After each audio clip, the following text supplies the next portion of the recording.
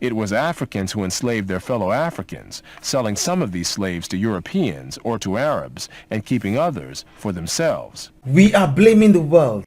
Boy, Mr. Shady. Ladies and gentlemen, boys and girls, you know what time it is. You know what time it is. It's your boy again, Shady, one and only, and we are back again today on this beautiful day.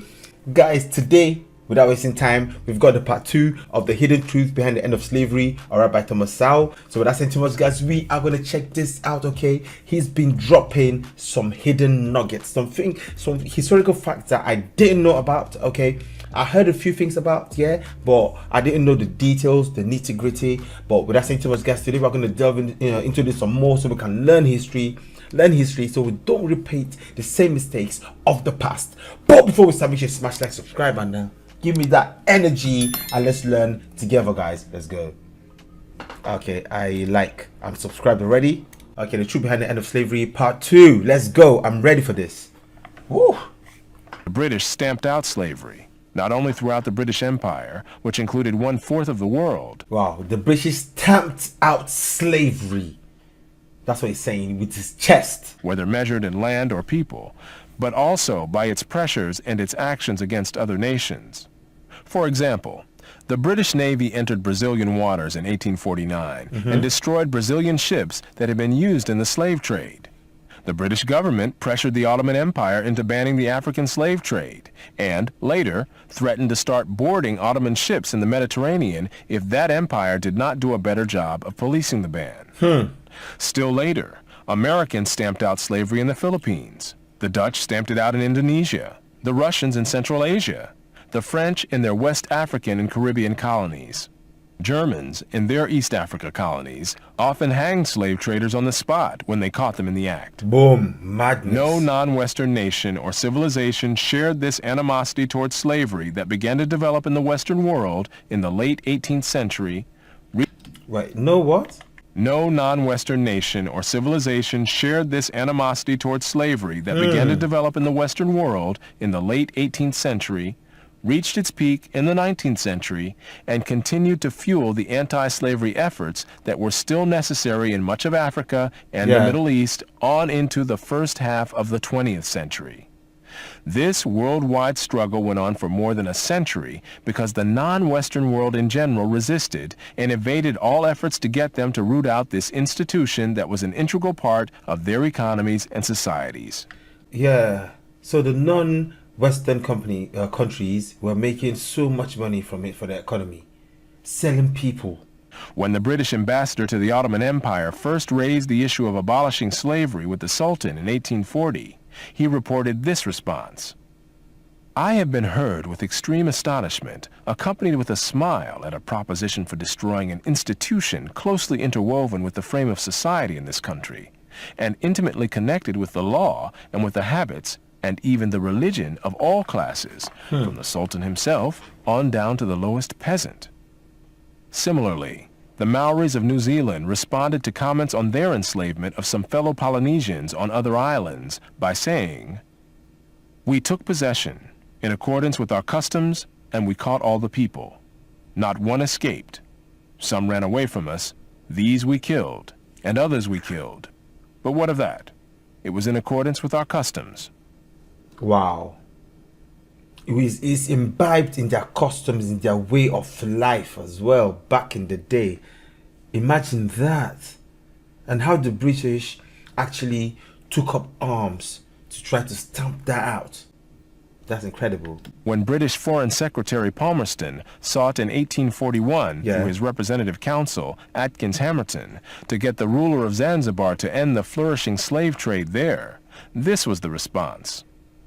When Palmerston continued to press for an end to the slave trade, Said pleaded that if he acceded to British demands, his subjects would withdraw their loyalty from him and support another claimant to the throne.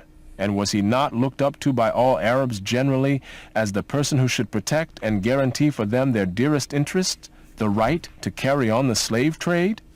He reminded Hamerton that Arabs were not like the English and other European people who... Nah, this is really incredibly sad. When I say incredible, it's incredibly sad. Crazy. Hey. were always reading and writing and were unable to understand the anti-slavery viewpoint. The British obsession with it was quite inexplicable to them. In short, what was so patently wrong about slavery, in the eyes of Western civilization of the past 2 centuries, was almost incomprehensible to many non-Westerners. Eventually, some westernized elites or intellectuals in non-Western societies also became embarrassed about slavery. But these societies developed no such fervent anti-slavery movements as those which propelled successive European and European offshoot societies to ban this practice for themselves and to stamp it out, among others. In the Western world, hostility to slavery was by no means confined to elites. When a British ship stopped at Zanzibar in the 19th century, it was considered dangerous to let British sailors go ashore, for fear that they would riot if they saw the slave market there. Whoa. In the years leading up to the abolition of slavery in Brazil, soldiers and their officers no longer believed in the legitimacy of slavery, and so dragged their feet when assigned the task of recapturing runaway slaves. Soldiers continued to be sent to places where slaves were on the loose, but were not afraid to express their unwillingness to capture fugitives. The commander of an army unit sent to a community in Sao Paulo early in 1888 agreed to maintain order, but openly declined to capture slaves. Wow, that's crazy. The commander of an army unit sent to a community in Sao Paulo early in 1888 agreed to maintain order, but openly declined to capture slaves. In places runaways were loitering on the roads, refusing to work. Army units sent to control them did nothing. Not all Brazilian soldiers refused orders to control or recaptured escaped slaves, but there was enough opposition to this role that a formal request was made to the civil authorities by the military to relieve them of this distasteful duty. Distasteful. With public opinion increasingly hostile to the continuation of slavery, and many Brazilians keenly aware of and painfully embarrassed by the fact that their country was the last one in the Western world to still have slavery, the plantation owners were increasingly isolated, and some began freeing their slaves themselves in anticipation of official emancipation, and in some cases in hopes of retaining these workers as employees. So they freed them and then they retained them as employees. So they were no longer slaves. Now they were working and being paid. Okay? But they were slaves before in the same role. Wow.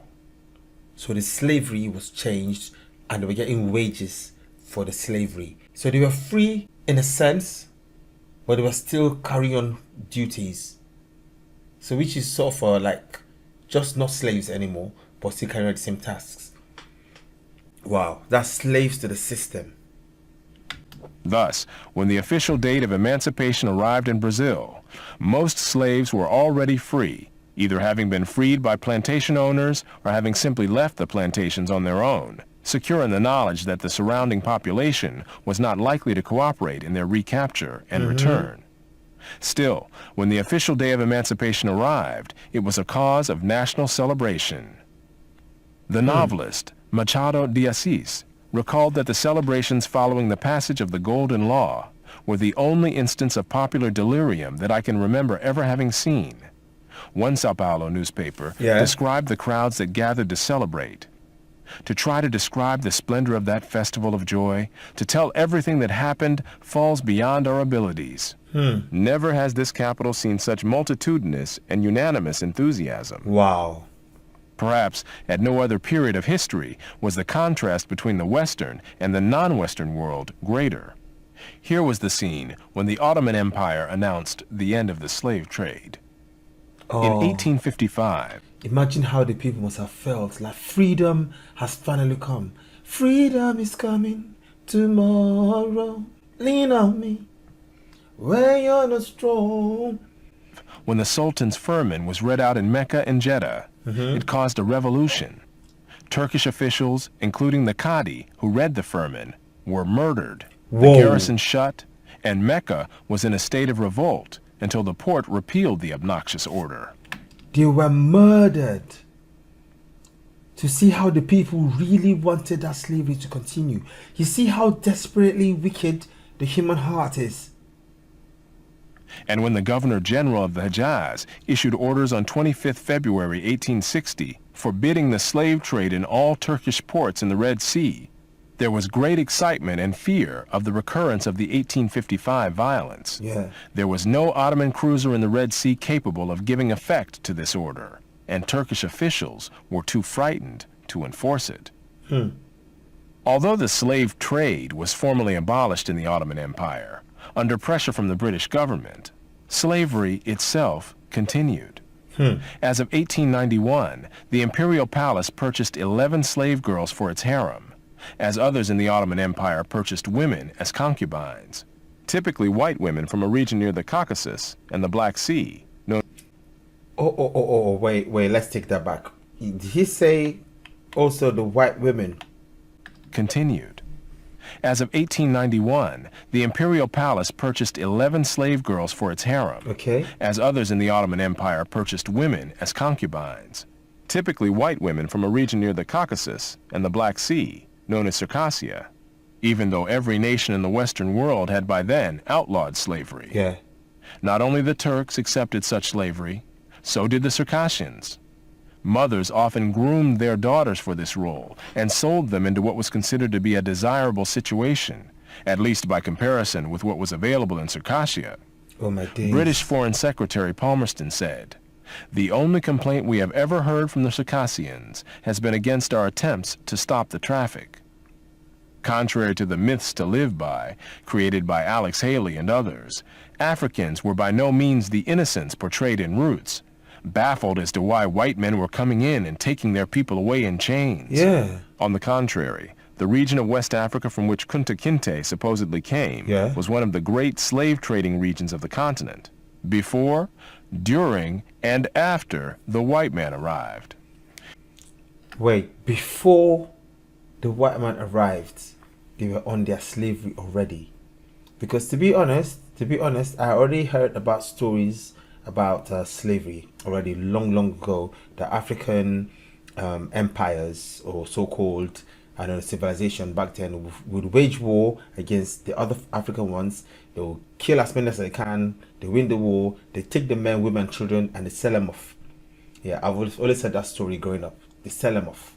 Okay, but it never occurred to me that they were selling them to other countries. It never just occurred to me. Okay, because I was a kid then, but now it's making sense. Okay, so before, after, and during, they've been on it. Let's take this back. I want to hear some more. Created by Alex Haley and others, Africans were by no means the innocents portrayed in Roots, baffled as to why white men were coming in and taking their people away in chains.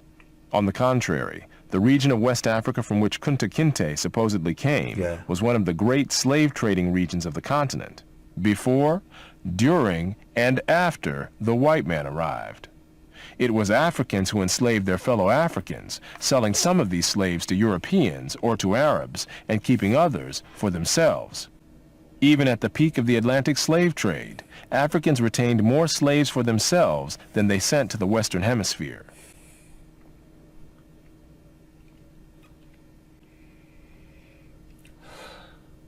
We are blaming the world. We are blaming the world. But we are the one that caused the trouble. We blame the world for this slavery. We blame the world for the slave trade. We blame the world for how they treat us. But if you study history, as you can see, we are the cause of the problem. We are the ones that put our people in that problem. You might say, okay, I'm from ethnicity A. Okay, I'm African A. The African B, African C, like the alphabet up to Z. Yeah? Africans A, because they are more powerful, they defeat African B and they sell them off. Okay? But then we still all look exactly the same. We're all black. And then you're selling them. What's that? Okay, this slave trade thing, from everything I've been checking out, is actually caused by us and continued by other civilizations. Okay? I'm not just saying that the whole of slavery itself. Okay, I'm talking about the African slavery, because slavery existed in other times as well. But like, how can you just sell off other people? I mean, it just doesn't make sense to me right now. But I know back in the day, maybe it made sense to them to be like, oh, they are our enemies. We shall sell them off.